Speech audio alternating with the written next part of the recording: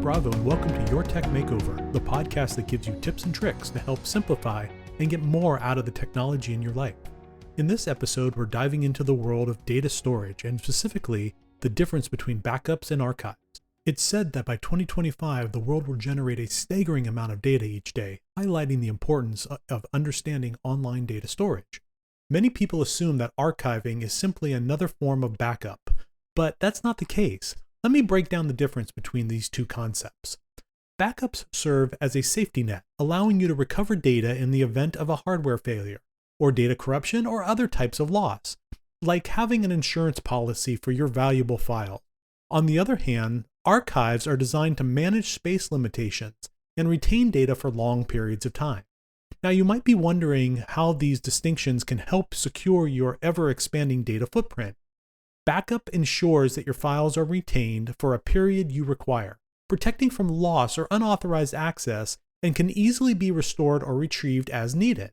The primary goal of a backup is to make a copy of your files you can't afford to lose. Regular backups are crucial, especially when you're frequently changing files. Backups can include your files on your computer or devices, operating systems, and applications. Solutions like Backblaze or Apple Time Machine if you're on a Mac, or iCloud backup for your iPhone are often convenient backup options. I did a separate episode on backups, so take a look on the channel for that if you're interested in more information about how to secure your backups. So why should you back up your data? The example I usually give to people is dropping your device and it shatters into a million pieces, or, as happened to a friend of mine, dropped her phone into a porta potty. But it's not the only reason. In the event of a hardware failure or data loss, having a backup ensures that you don't lose valuable files. It also could protect you from ransomware attacks, where a solid backup strategy can restore a compromised operating system without restoring or resorting to paying for a ransom.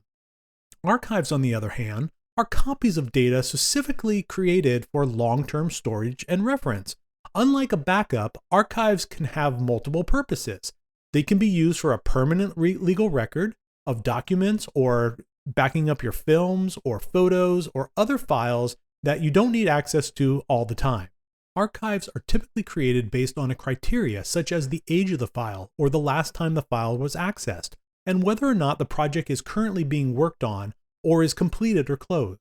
And depending on what the archive is and how it's stored, you might also want to consider backing it up. It may be your only copy of the archive, and if the medium or the device that it's stored on fails, you could lose those archived files. When it comes to restoring and retrieving data, backups and archives function differently. Backup systems are used to restore specific files or devices at a particular time. So if I made a backup today, my files would be as of today. On the other hand, archive systems retrieve files based on how they're saved. If your files are not well organized, retrieving them will be like searching for a needle in a haystack, but at least you have a general idea of what you're looking for. It's important to remember that backups are not meant to serve as archives.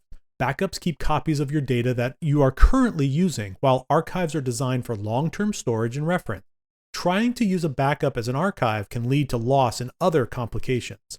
In my setup, I use both. Since I'm on a Mac, I use Apple Time Machine on all my machines to back up local data.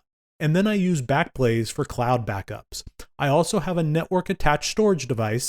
Think of it as a giant file server attached to my network, where I archive files that I don't need access to all the time.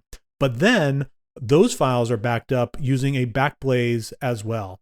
So I hope that I've explained both backups and archives and why they're essential for different purposes.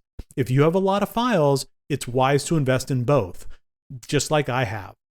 So do you feel like you have a good solution to store your data?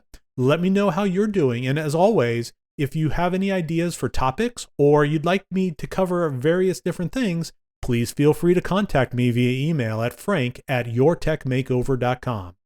That's it for now.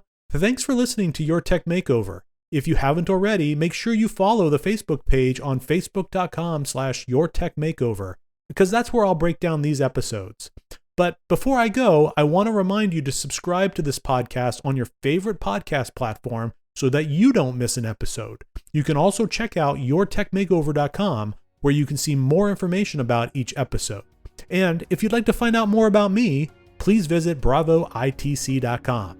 Until next time, I'm Frank Bravo, and this has been your Tech Makeover.